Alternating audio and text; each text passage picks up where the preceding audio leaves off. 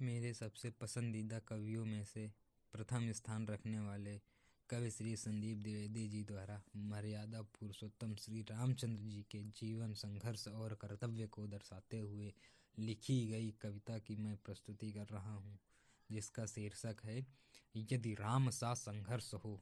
तो लीजिए, प्रस्तुत है यह कविता। यातनाएं सहली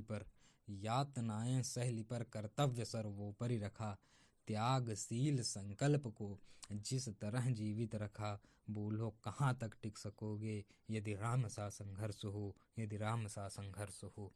कल मुकुट जिस पर साज ना था, अब उसे सब कुछ त्यागना था, निर्णयों के द्वंद्व से एक बालपन का सामना था, वचन भी था थामना, आदेश भी था मानना। इस द्वंद्व में सोचो स्वयं को, धर्म पर तुम रख सकोगे, बोलो कहाँ तक टिक सकोगे यदि राम सा संघर्ष हो, यदि राम सा संघर्ष हो। प्रजा तो बस राम की थी, दुनिया उसे तो जप रही थी, वचन ही था तोड़ देता, धर्म ही था छोड़ देता, पर पीढ़ियां क्या सीख लेंगी, राम को चिंता यही थी, राम को चिंता यही थी। हो छिन रहा एक क्षण में सब कुछ, सोचो एक क्षण क्या करोगे, बोलो कहाँ तक टिक सकोगे यदि राम सा संघर्ष हो, यदि राम सा संघर्ष हो। केवट न जाने क्या किया था, केवट न जाने क्या किया था, सौभाग्य जो उसको मिला था, राम से ही तारने को राम से ही लड़ गया था। कुलवंश उसके तर रहे थे, सब राम अर्पण कर रहे थे, जब सब कुछ हो बिखरा हुआ, तुम सरल कब तक रह सकोगे, बोलो कहाँ तक टिक सकोगे यदि राम सा संघर्ष हो, यदि राम सा संघर्ष हो। है याद वो घटना तुम्हें जब राम थे वनवास में, सिया थी ली हर गई, था कौन उनके साथ में।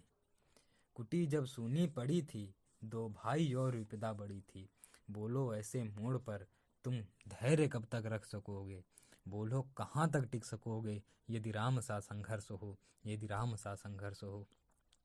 वह तो स्वयं भगवान था, पर कहाँ उसमें मान था, किरदार भी ऐसा चुना जिसमें सिर्फ बलिदान था।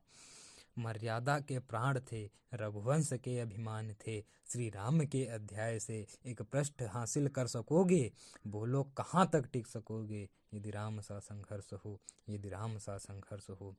व्यथा इतनी ही नहीं है, कथा इतनी ही नहीं है, कुछ शब्द उनको पूर्ण कर दें, राम वो गाथा नहीं है, राम वो गाथा नहीं है। जब तपे संघर्ष में तब हुए उत्कर्ष में, क्या तुम भी ऐसी प्रेरणा पीढ़ियों के बन सकोगे, बोलो कहाँ तक टिक सकोगे यदि राम सा संघर्ष हो, यदि राम सा संघर्ष हो। जय श्री राम।